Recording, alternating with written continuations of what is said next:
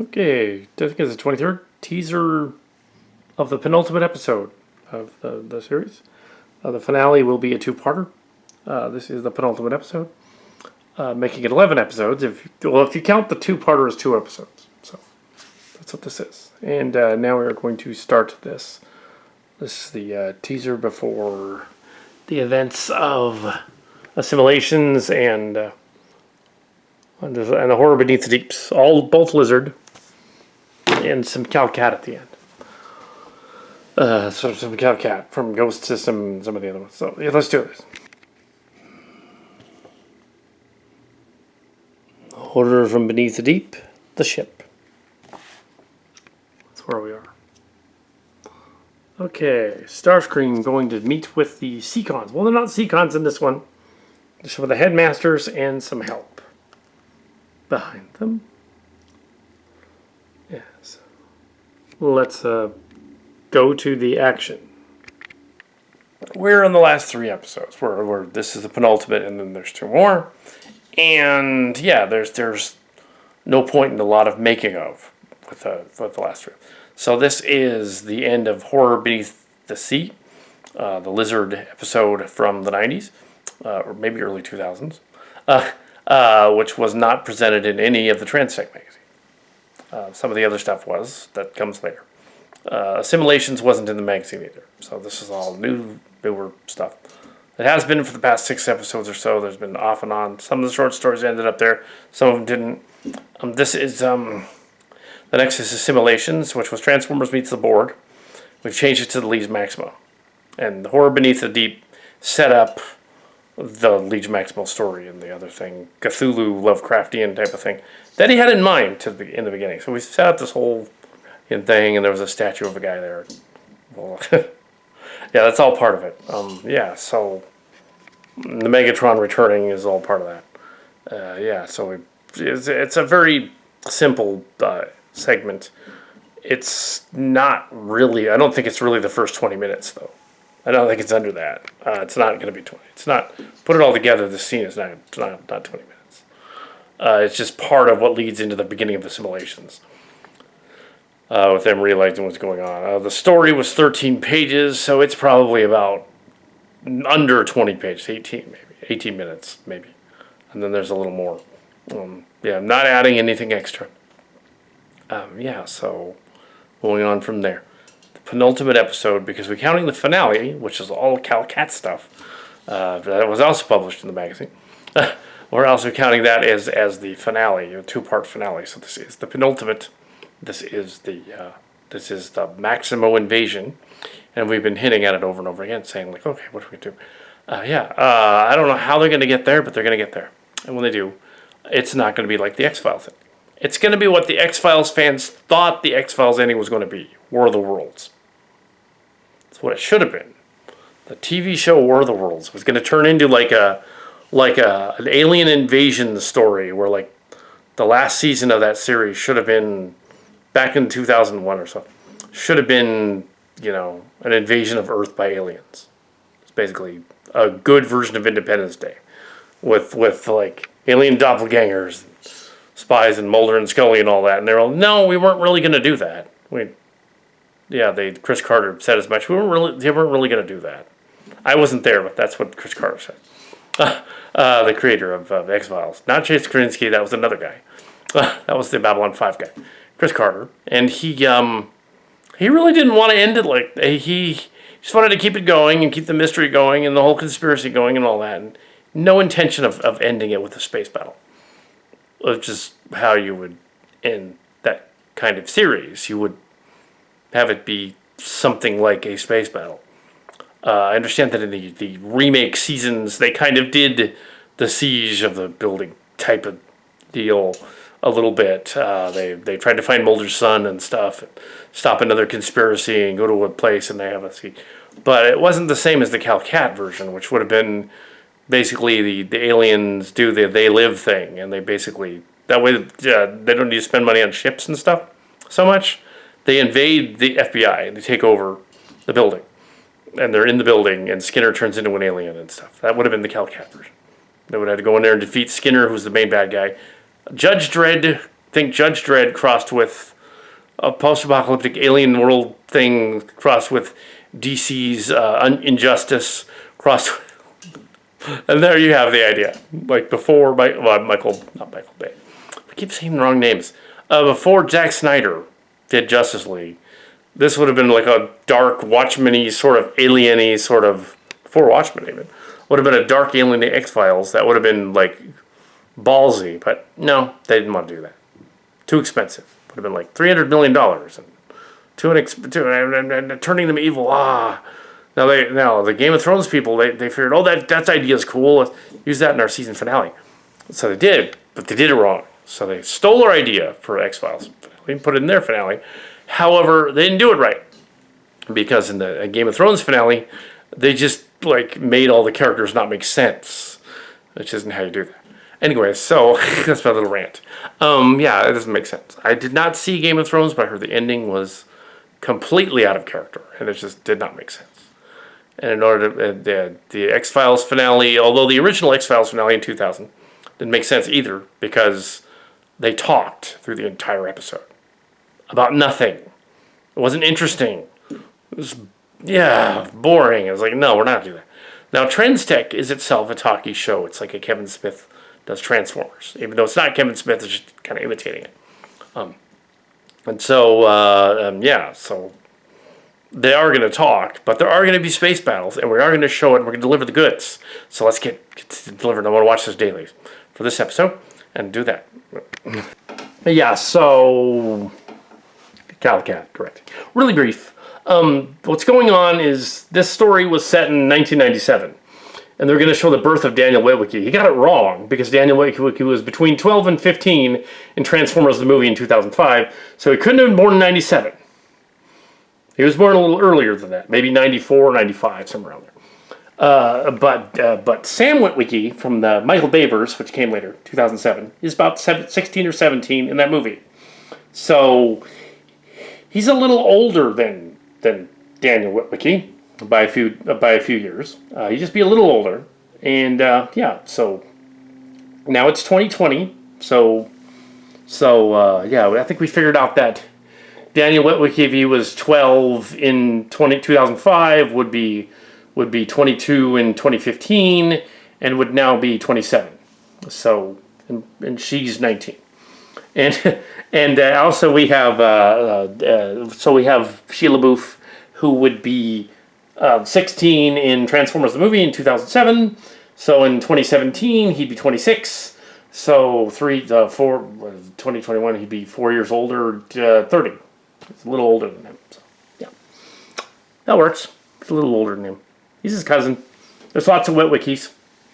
So there you go. That's the explanation. I'm sticking to it. And no, they're not going to introduce a baby in the last minute of the story. That's not what's going to happen. That's some future event later on. After the series is long over, they could do that gag. They won't, though, because this is literally like in terms of the chronology, months away from the finale, if not weeks. So they're not going to see that. But I decided to throw him in there as an homage to Space Bridge and the other stuff. So there he is. Here we go.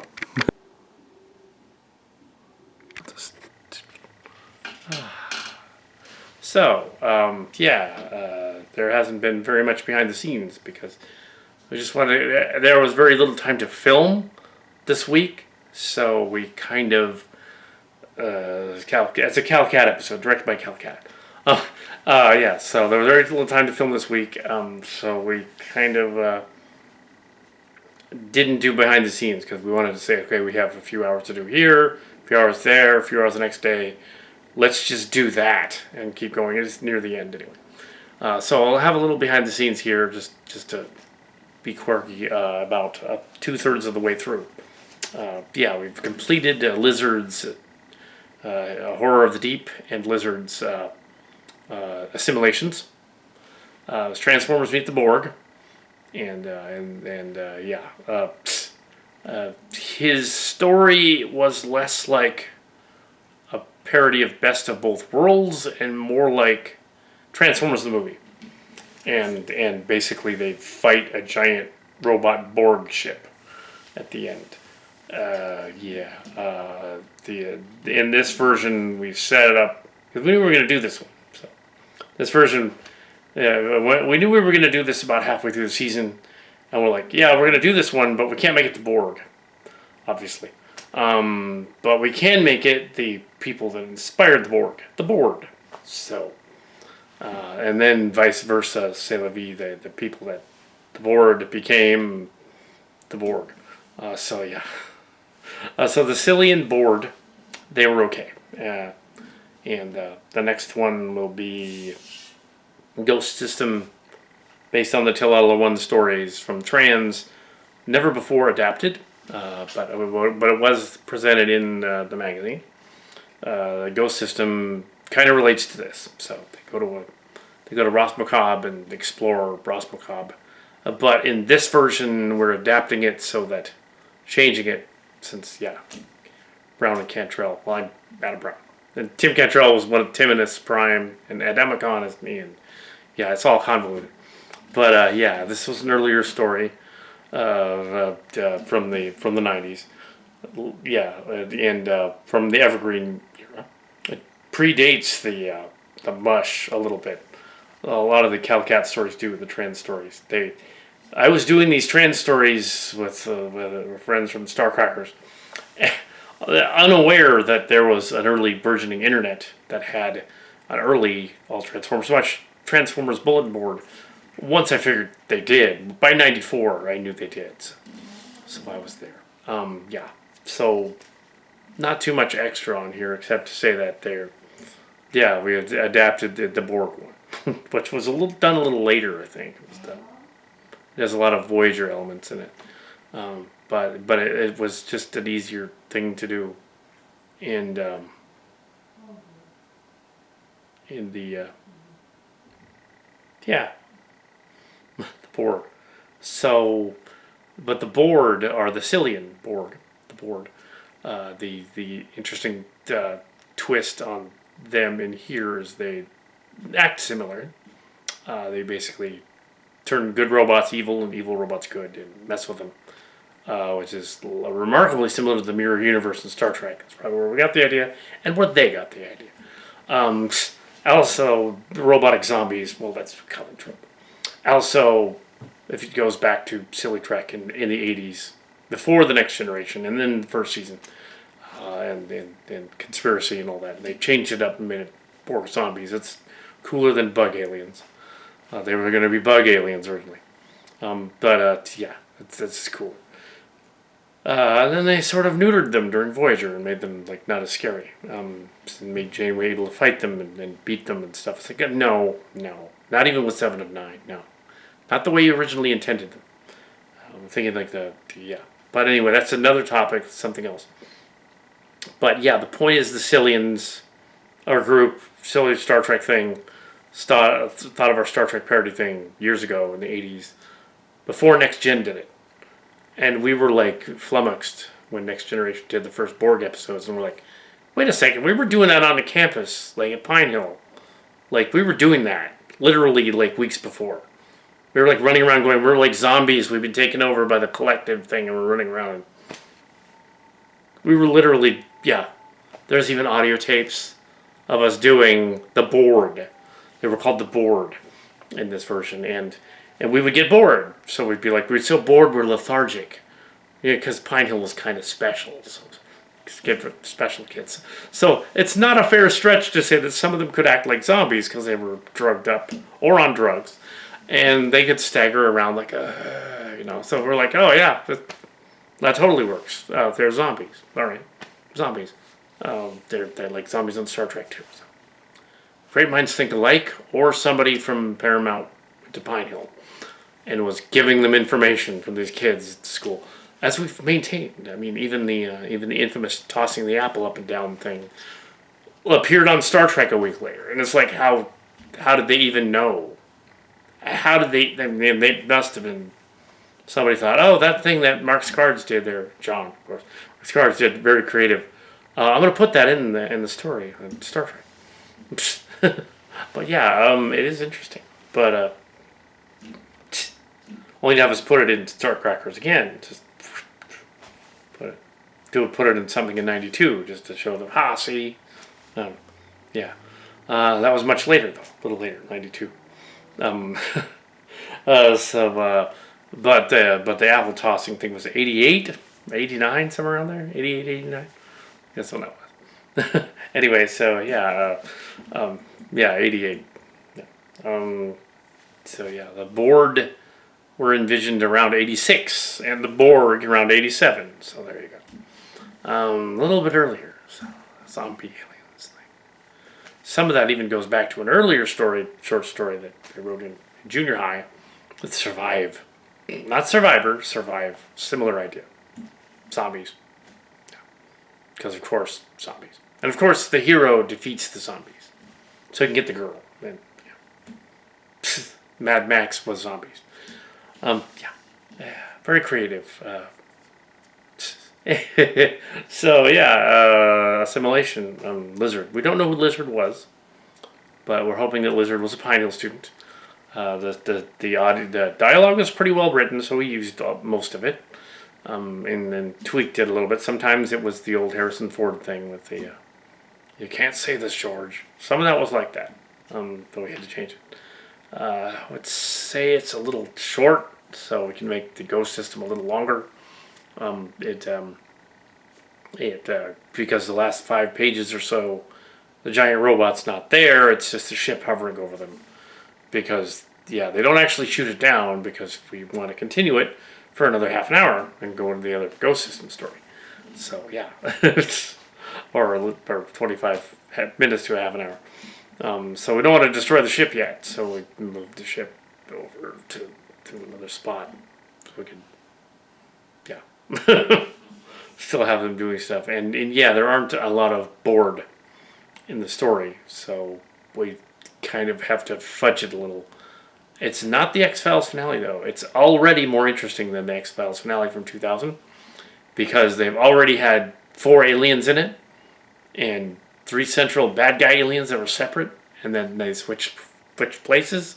We've had a bizarre double twist of Megatron being turned into a puppet briefly and then recovered from the thing, which is similar a little bit to Best of Both Worlds, but not in the sense that he is at all. Yeah, he's still a badass, and he's like, no, he's a bad guy. And Ironhide's head unexpectedly popped off with the toy, and I thought, it'd be funny. I just thought of it on the spur of the moment. Some things are the spur of the moment. The apple thing here with his head. It's his apple. His head rolls off, and Megatron uses his body as a shield to keep it from blowing up to everyone in the room.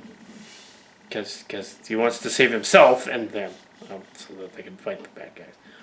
And he knows something about what's over there on the ship because he's been there. He's been inside them. And the transformation cog thing is in the story. And that's not any different.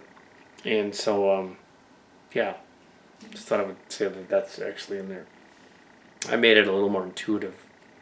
Their fight is more intuitive. I made the stakes higher.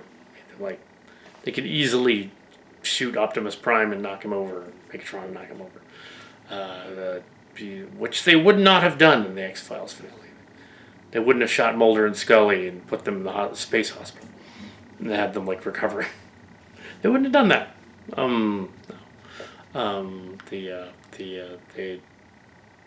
There is talking. There's not a lot of battle, but it's not the same.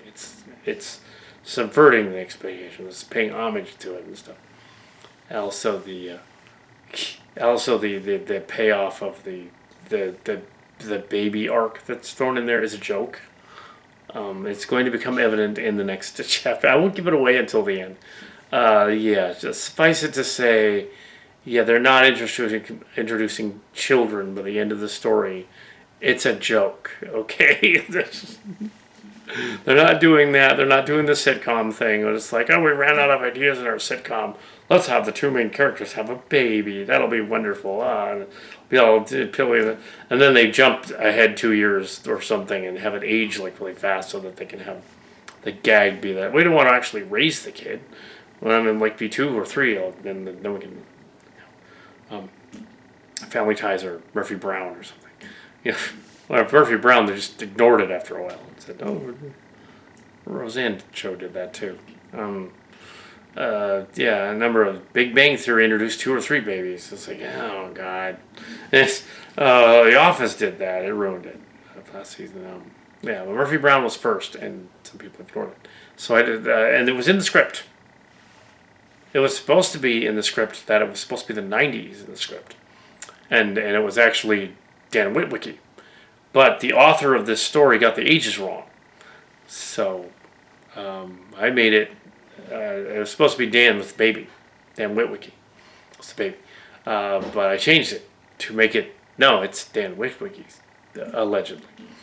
Yeah, but as we're gonna find out, it's not Sam's or anything like that. Yeah, it's something else. The hint is, remember the movie Grease? Yeah, that's the hint. It's gonna be more like that. More like that than Dirty Dancing in Fast Times. Definitely more like that than those two. Yeah, we're not gonna go shocking and gross or anything. It's a Transformer movie. It's PG-13, and yeah, so we're not gonna go gross. Yeah, so Black Arachnia. That's something else, though. Black Arachnia is something else. She has some of the Ingrams from the mind transfer. She's a Transformer, though. But that's a different person. That's something else.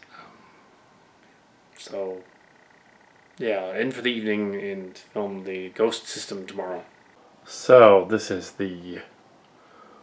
another part of the ship set, beginning Ghost System in the script, and I was able to repair hubcap from the last episode, and we have the new one in the box, but I was able to repair the old one. Yeah, so there's a change in the script though. Cup is not with them, but yeah, a rat trap is. So yeah, okay. Making of note, Ghost System is a prequel to the events of Transtech originally, set in 2009. It introduces Pessimistic Prime. So this version, we're not introduced to Pessimistic Prime. This version is the version they're building up for like weeks, and it's actually Rodimus Unicronus. It's the guy that was introduced early on in Corrosion. Yeah, so the Borg implants apparently rejuvenated his name. Also, we wanted more guys to shoot at because there weren't very many. So that's what happened. Yeah. So, script change. It's not time warps where the GoBots are in a different dimension and then they encounter them. The early version of this was done before the Generation 2 merged with the Hasbro and bought up Tonka and then vicariously Kenner and the GoBots. So there's no time warps in this. It's just that several of them show up. And we're still going to use the same room here on page 15. So let's go. Yeah. So, dude. Oh. Just kidding. So this whole, we just did all of the story with them inside the alien ship scenes, giving us our rest of the cast. Goes after the other one. The Ghost System, basically. Ghost System was 26 pages, but it's probably going to translate to 22. So there's still not an ending where they fight the ship. So we're going to put that ending in here, and that ought to be it for this episode, the penultimate episode of Alt Transformers MUSH Season 2. And the penultimate means the episode before the finale. The finale is the 2-part next one. So let's finish this off. Let's finish this one off. And yeah. Greetings, Kal Kat, the Kal Katster, and Kadabra! Hi, Kadabra! The original KATS Premier Kitty.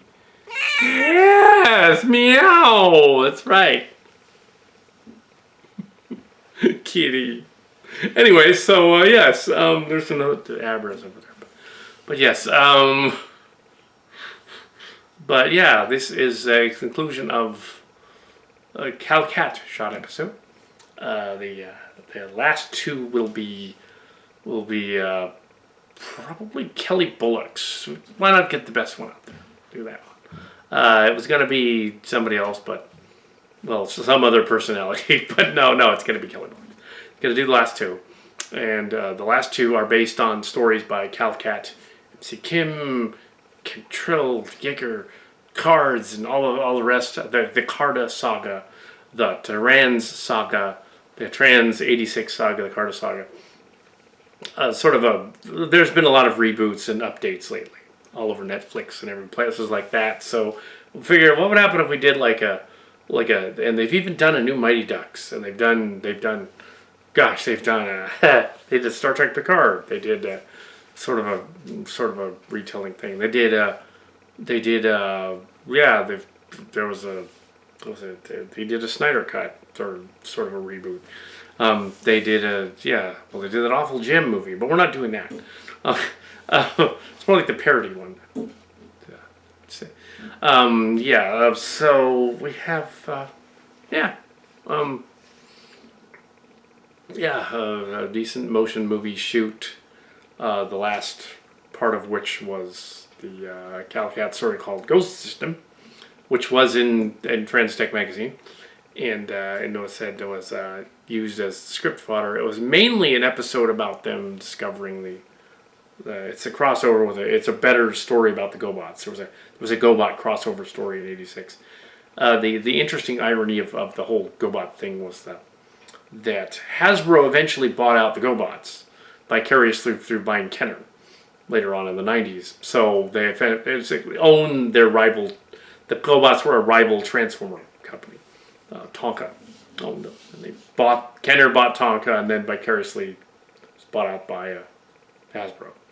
Which is why you get Hasbro Kenner toys, and it's interesting because the license is a co-license, so they also get Star Wars stuff from when Disney bought Star Wars figures in 2012. So you get kind of a crossover there. And they had Star Wars and Transformers and stuff like that. That was the crossover stuff. So they had that because they were related. So it's a sort of pseudo Marvel kind of going on too as well. So you have these rival toy companies. Tonka was not originally related until the 90s. Intergalactic Guardians was the sequel, Transtech 2. We didn't know anything about copyrights back then, and figured that sounds like a cool title. Let's just use it for our fan film. Not realizing that that pilot to that fan film, the sequel, that name was taken by a Japanese animation cartoon. We didn't know back then, so we couldn't call it that in the sequel, but we knew it. We found out. The sequel. Primus Die, the sequel. The Trial by Fire and all that. The sequel. There were a lot of other films. There was Trans 2. That was 90s. It was during Generation 2. Trans 1 was Transformers. The story as it goes way back in the Transtech days. We had taken the whole thing already and rebooted. It was called Transtech. Transformers Meet Robotech.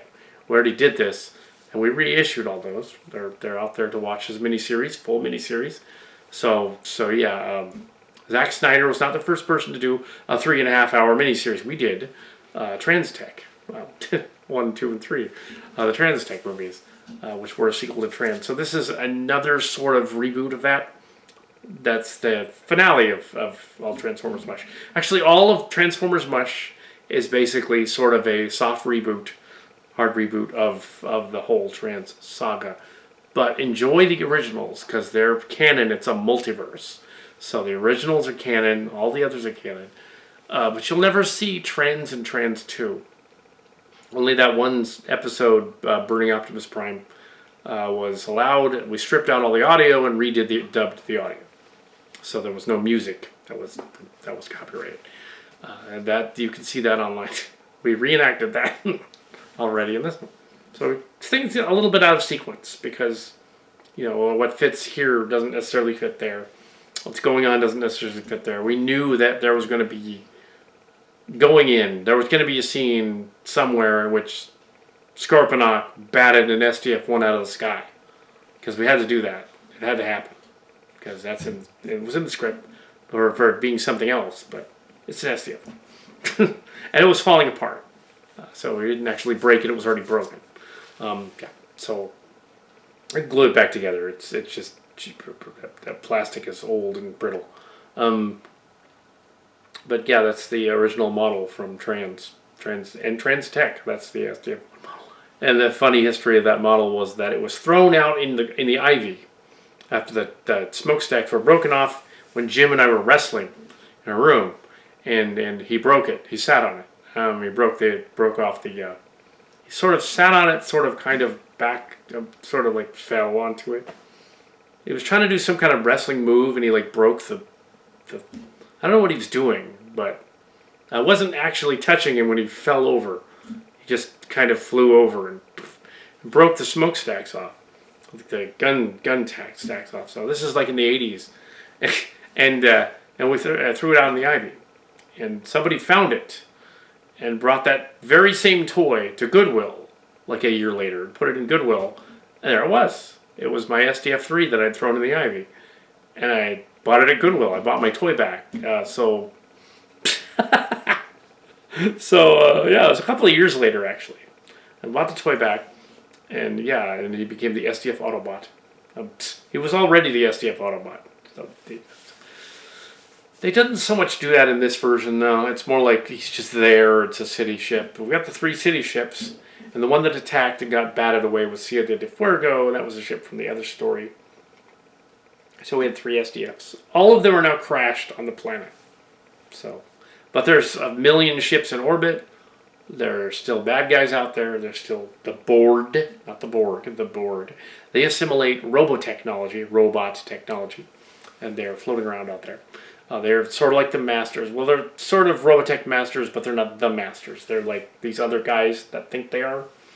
They're sort of pseudo-Haydnite guys. They are related to the GoBots in that the Rosmokab planet was also assimilated, or one of them was partly assimilated, and they've been assimilating the Zentradi, and they've been assimilating the Meltrandi, they've been assimilating the Invid and the Robotech Masters, everybody, and apparently during their process of trying to assimilate the humanoids, gave them a space virus, and then the space virus didn't work, so they stopped assimilating humanoids, and they tried it on the robots instead, because they had the protoculture, and so they used the protoculture to try and assimilate the robots. They gave them binary bonding plague and other things that they'd already had, Crimzeek like zappy aliens, and that's what's going on. Is there like these alien parasite germ things, large scale germ things that are attacking. And they found some cures here and there, some antidotes here and there. So it's like COVID, but not. And they're having the story go forth. I haven't had the Fauci ouchie just yet, but probably film the movie and then get the. Yeah, it hasn't. My age group hasn't come up. Although technically, the disability probably should. Probably should be applied anyway. So. Yeah, the space virus. I don't have the space virus. You get it soon, but not yet. So we have the vaccine. Mark's card's already had his first dose because he's an essential worker.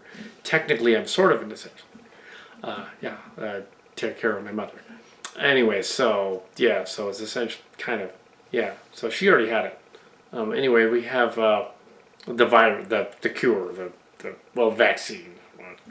She already had the vaccine, not the virus. But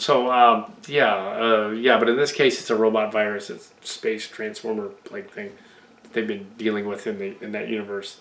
It occasionally turns them, messes with their personalities, and makes them either ambitious or evil or good or whatnot. Which is more interesting than the original idea of the Rosmocom anti-Autobot, anti-Decepticon planet. The Rosmokab from the story, the Ghost System, and the other ones, and Generation Scorn. Trans 2 was a sequel to that one. The Ghost System. It was a sequel. Yeah, so there's all these short stories floating around that have been floating around everywhere, and everybody wonders where they came from. It was Demicon and Kal Kat and his friends and the Starcrackers people, they were actually using pseudonyms as, us. It was us. We were using pseudonyms on the boards. When the boards started, we were there immediately. Because, of course, Transformer board. Cool, let's go there and post. So these stories, different versions of them have appeared, and people have wondered and all that. So why not have the whole thing end with, whole season end with a two-parter, based loosely a reboot of the Trans series. Loosely, the two books in the Trans series that were the short stories. We went back to the short stories themselves that were aired, and said, we can't give you the original Trans short stories because they had music and they were badly filmed and they were edited. We were like teenagers when we did it. We didn't know how to film anything, but now we do. So this version, we're still in quarantine in a sense, so there's not going to be rock cards showing up. But we'll finish the next two stories back to back, and they will be the season finale, the series finale of Alt Transformers MUSH. There have been other Alt MUSH stuff. TF 2000 continued. TF 2010 continued.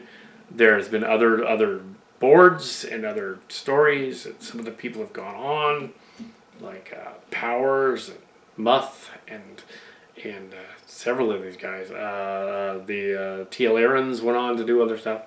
They all have done other stuff since, and so they've kept doing stuff and putting it on their boards and stuff. Transformers fan films, I think. So. And Cantrell, Timinus Prime, of course. Cantrell has been part of the series since the beginning, so he was mentioned as well. We were all teenagers back then, and so we were doing these Transformer things.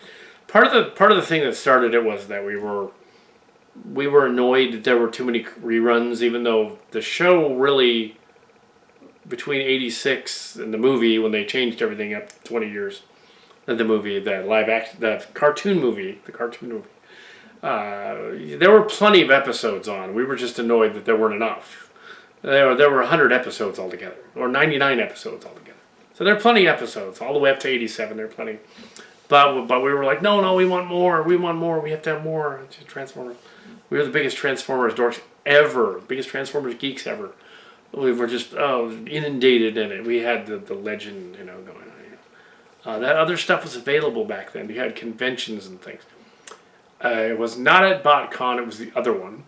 It was a Transform Con one years ago. There was also a Robotech one that we went to. Tim and I went to a Robotech one and met Carl Makek. I was me and John, Mark's Hearts, and Tim. All three of us. I think Jim was there too. I think Jim Buffkin, but Jim Chacon was there too. We all met Carl Makek. And he's weird. He was a weird guy. Very, very strange. He was plugging Fist of the North Star, Robotech the Sentinels, and all that stuff in '87. We didn't. That was interesting. It was very interesting. Episode, and didn't know why, as naive teenagers, why they couldn't just. Why don't they have the source books and all that? Why couldn't they just do their thing? Do the Sentinels. Why couldn't they just film it? Just do it. Studio, do it. Apparently, Harmony Gold had a big deal, and big brouhaha. They didn't want to deal with Studio New and the other people in Japan. They wanted to keep it all in their wheelhouse. They didn't want to do anything. We didn't know all that stuff back then. We do now. We did. We figured it out over the years. By the time of Trans 2, we kind of knew the story. By the time of Trans Tech, we knew the story. Trans Tech. The 2000s, 2010s. We definitely knew the story by the time the other stuff came out. So by 2005 or so, we kind of figured it out. That was many years later. But and then the Transformers re-exploded onto the scene as Armada, the Unicron series, the trilogy, 2000s. That was after Robots in Disguise Car Robot. We've been all over that already. By the time the Michael Bay movies came out and made it a common thing, it was no longer a nerd thing, it was a common thing. By the time those movies made $1 billion, and they did, even though they're very cheesy, they did. They made it mainstream. Transformers was mainstream. gangbangers were wearing Decepticon and Autobot symbols in the mall. Yeah, that tells you it's mainstream. They were wearing shirts and stuff. Then the gangbangers were wearing tattoos. It's like, what the? Well, they were Transformer gangbangers. Yeah, they were Milpitas in San Jose gangbangers. Just to say, not really, but yeah, probably nerd gangs. Get nerd gangs around here. Yeah, they weren't hardcore if they were wearing Decepticon symbols. But yeah, there's some. So it exploded, and now Transformers is. It's hard to believe that in 1990, 89, 90, 91, 92, there was this actual dark ages of the Transformer thing. The phenomenon was dead, and we kept it going. Our relatives were like, "Why are you guys still doing this?" And the trans thing and the trans 2 was a response to that, saying, "Oh, we'll just do the most dark and angsty thing possible to bring it back, and we'll kill Spike in the opening scene, and you'll see. It'll be really cool." And we had Mark's Cards and his friend William Kendrick, and we killed Spike, and then we did a reenactment of the killing scene in the Trans Tech series because William Kendrick's scene was hilarious. Starscream's gonna splatter Daniel Witwicky this time. Yeah.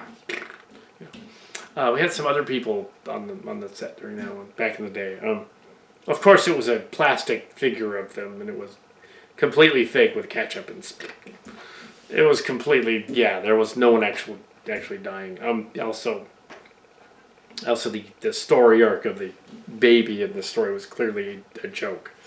It was all a build up to she wasn't really pregnant. It turns out, because no, we're not going to do that to you. No, we're Transformers fan. We're not going to do that.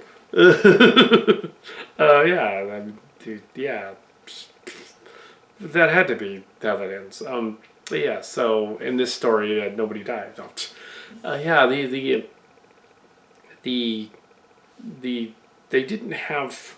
Well, this one we didn't have an invasion in mind. So what we have is a lot of. We were kind of spoofing, not the X-Files finale so much, as spoofing Zack Snyder, which is funnier. Having like this, so it was kind of spoofing Zack Snyder a little bit. The Snyder Cut kind of thing a little bit. In that there were two villains basically in the Snyder Cut. So we're spoofing. So we're spoofing the Justice League Snyder Cut at the end by having the two or three bad guys. You can be stopped. All this build up for 2 or 3 bad guys, which is not the X-Files ending. The X-Files, if you'd done the X-Files ending as a spoof, they would have all been talking the entire time, and there would not have been an ending with the bad guy blowing up. There would have been like a scene where Megatron explodes at the end, and roll credits. That would have been it. That would have been the X-Files ending, and then they would have brought him back in episode 2, 10 years later. The sequel, and then not explained it. He's just back. Megatron's back. He's not dead. He wasn't really dead. It's an alternate universe or something. That would be like the Lost ending, but that's what they did. Chris Carter. I don't know what you're thinking. So we have a long discussion on this story here because I wanted to wrap it up. So this is probably the longest part because there's not much making of. The Transformer saga is everywhere. It's everywhere. It's not dead. Now we're in a sort of transitionary period now, like 1990 was, and that it's not as much because we just have the Netflix show, and it's well received by some fans. It's different. It's unusual. Of course, Transformers Prime was also geared as different and unusual, and not everybody liked that. Not everybody liked Unicron beating the Earth, which was silly. Not everybody liked that. The rest of it was good. It had and it did have Frank Welker and Peter Cullen in there reprising their roles. This new one doesn't. This new one's got some young kid doing Optimus Prime. We've also got some homages to internet people, Thew and Mgo the Freaking Geek. Thew's awesome Transformer reviews and Mgo the Freaking Geek. reviews as well. Yeah, and yes, and MGO instructed us on how to transform Devastator. So. Yeah. So, but I was of no help transforming the Corvette from the Michael Bay universe from Part 3. That he said no, not gonna do that. Yeah, the trailer of Draconis Prime, he also didn't do too well either. Yeah, he didn't show how the arms really folded, but Devastator, yeah, that's good. Yeah, it's a totally unique thing doing these phantoms. So what you're gonna see next is a couple of is a reboot of Trans 2, including the Carta stories. They want to kill everybody off because they're going to be getting those. They're going to be going into those stories and going after those. The Carta stories were essentially, so it's a Carta coming out thingy. But we've introduced the Rosmocom and the GoBots, so they're also there. That way they can all be together. We have several different factions. We've kind of implied that they were already kind of there, some of them. And it makes sense because we've already established the Space Bridge timeline is a slightly different timeline from the other ones. After Rick Hunter comes home in our version, after he comes home, it's a slightly altered timeline. The ship looks different. They look a little different from Trans Tech. They come home a little more advanced, and they come back, and they rejoin everything, and then they go back in their ship to visit the Transformers in 2015, 2016, and 2018. That affects that starts the Space Bridge timeline. They go return to their timeline, and they're somewhere else. But the Space Bridge timeline continues with the younger versions of the Robotech people heading toward a precipice. They're going to come together, epiphany, in a sense.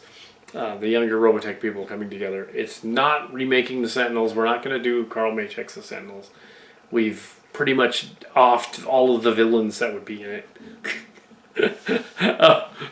So yeah, it would be like, okay, they offhandedly just offed Edwards in this one. So it's like, who are they going to fight?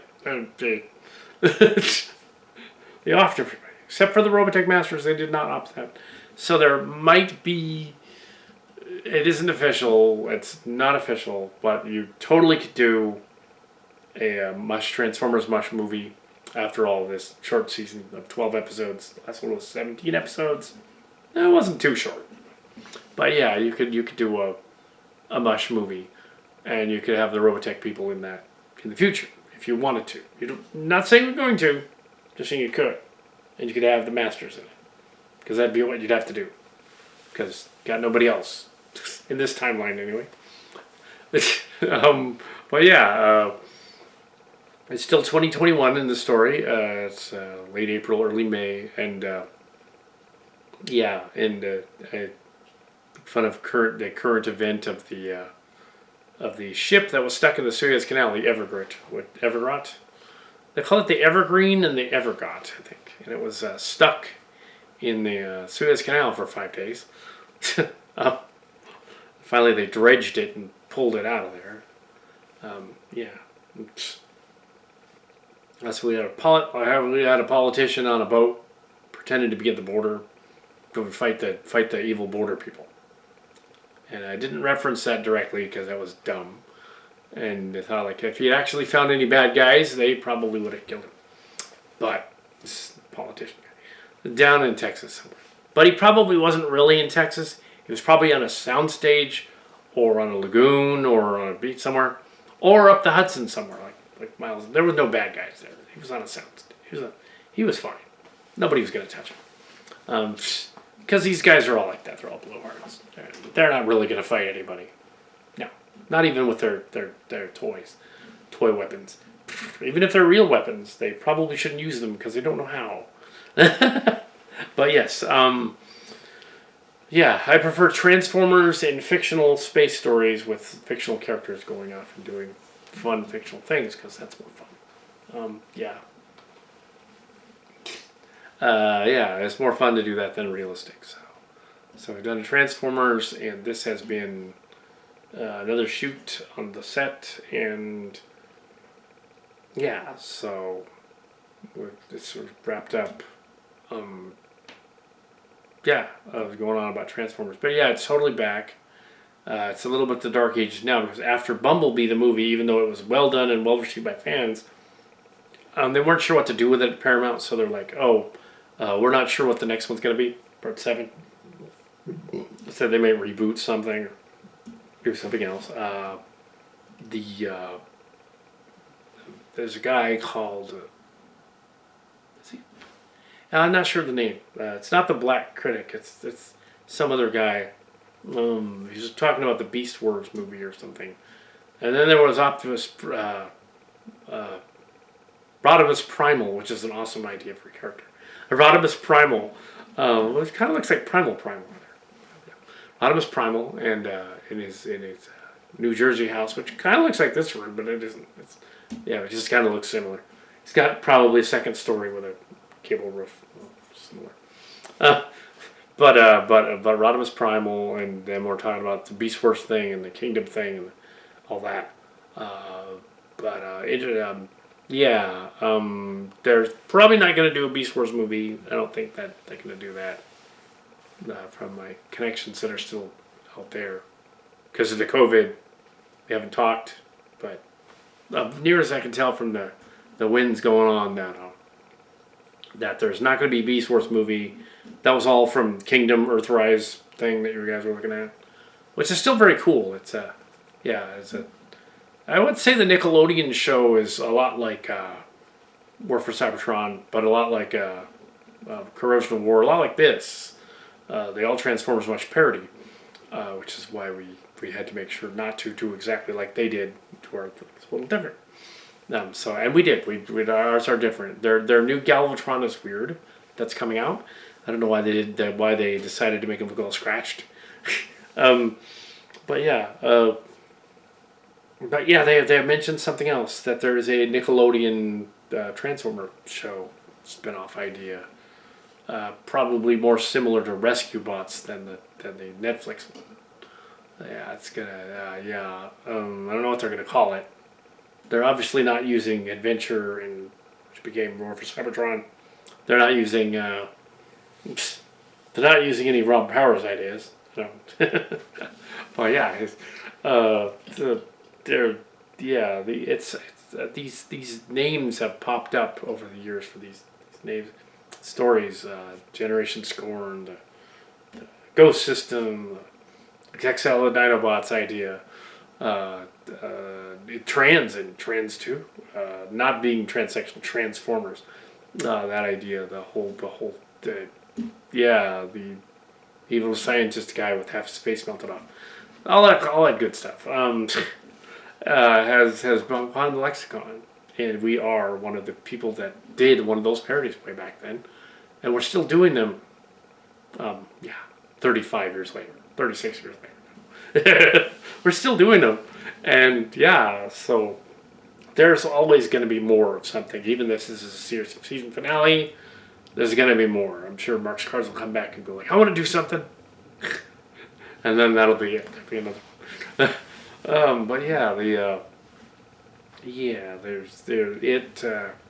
It's been great. So it's awesome.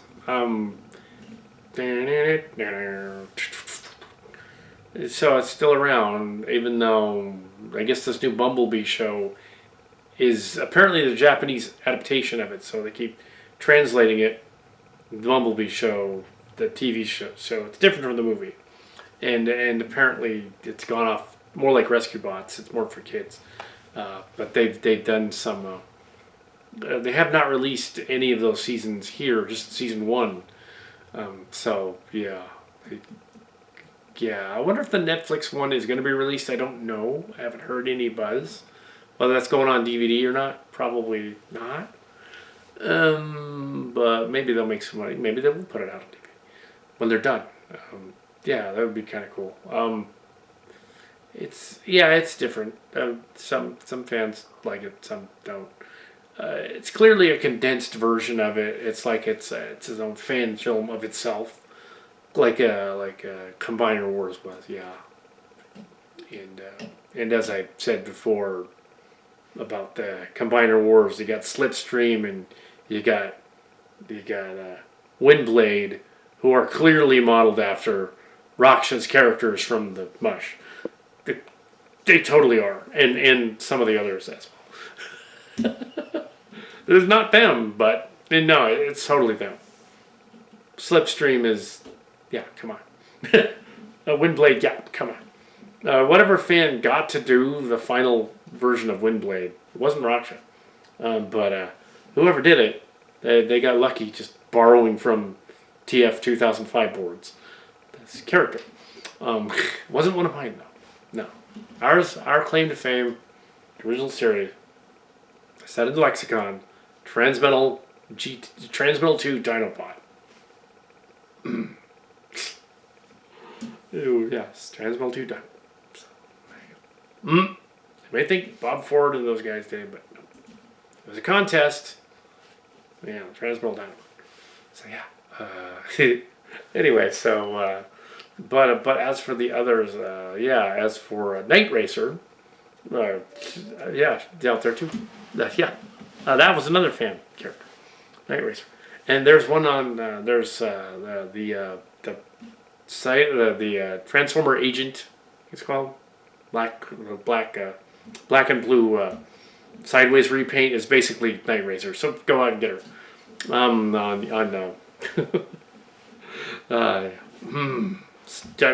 Amazon selects Decepticon Agent or something is Night Racer, so she's back. Yay!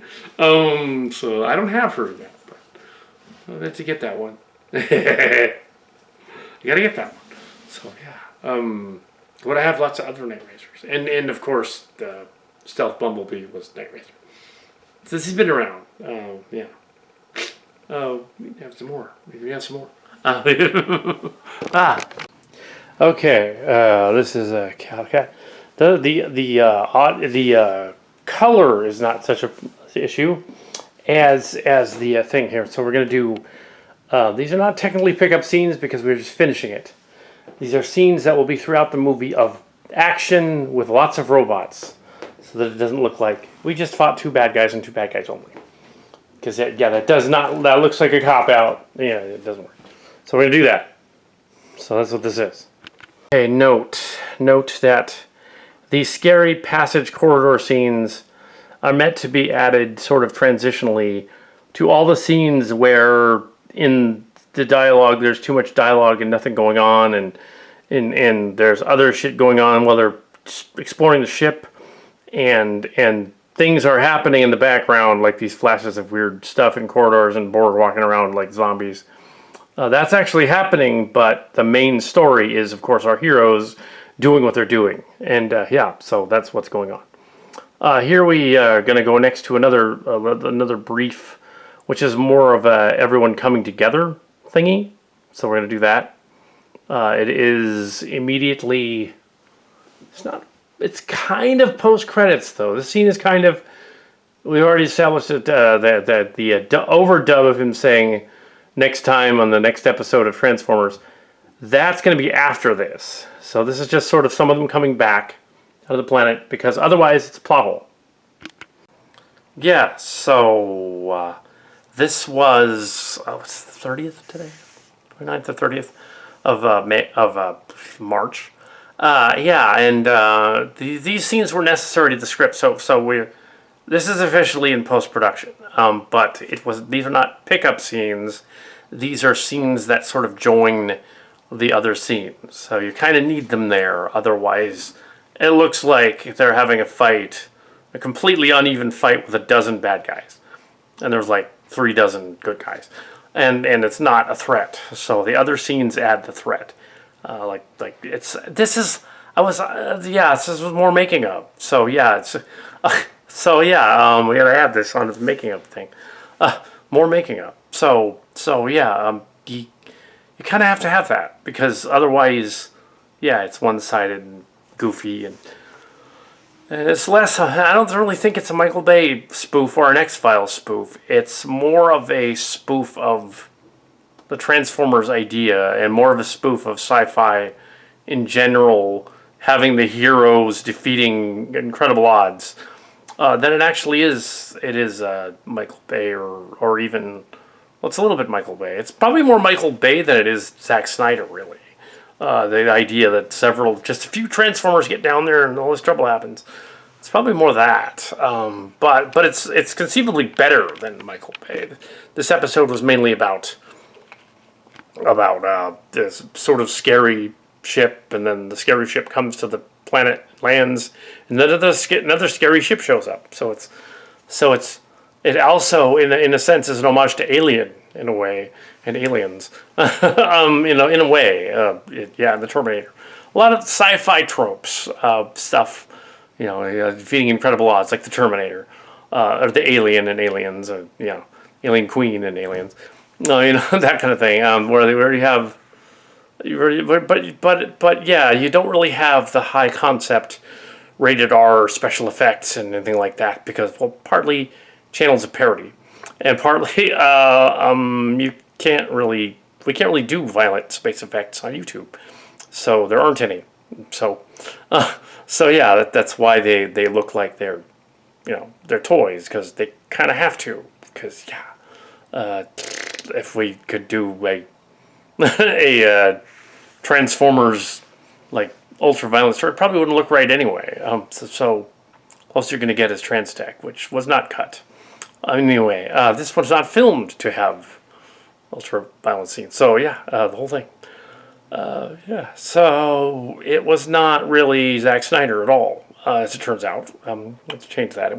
There's elements of it, like he's kind of spoofing and making fun of it. But no slow-mos. And he's known for slow-mos. There aren't any slow-mos. So, yeah. And we're not going to make slow-mos in it, because it'll be weird. It'll just kind of look like it, because it's video with low lights. It'll sort of look a little like it. But yeah, whenever Zack Snyder did, like, a giant epic scene where, say, a million parademons were attacking, or some Spartans were attacking or something, it wasn't nearly as interesting as when Marvel did it with superheroes in there. Of course, there was some of that in there with the Marvel stuff too, as well, or in Suicide Squad with the witch and her witch armies, the zombies.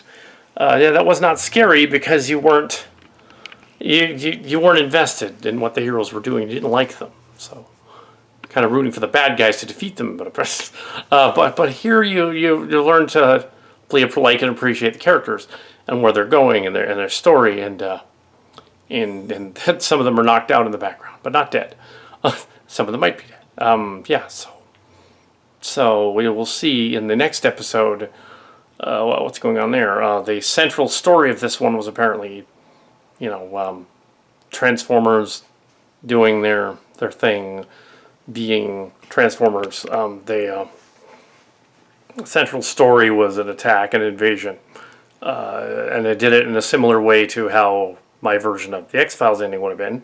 Whereas Mulder and Scully would have been wandering around down the corridors, and there would have been zombified agents coming out of doorways and stuff, and doing stuff, and they would have been fighting them. Since they don't actually fight, they would have to be running from them mostly. So, but yeah, so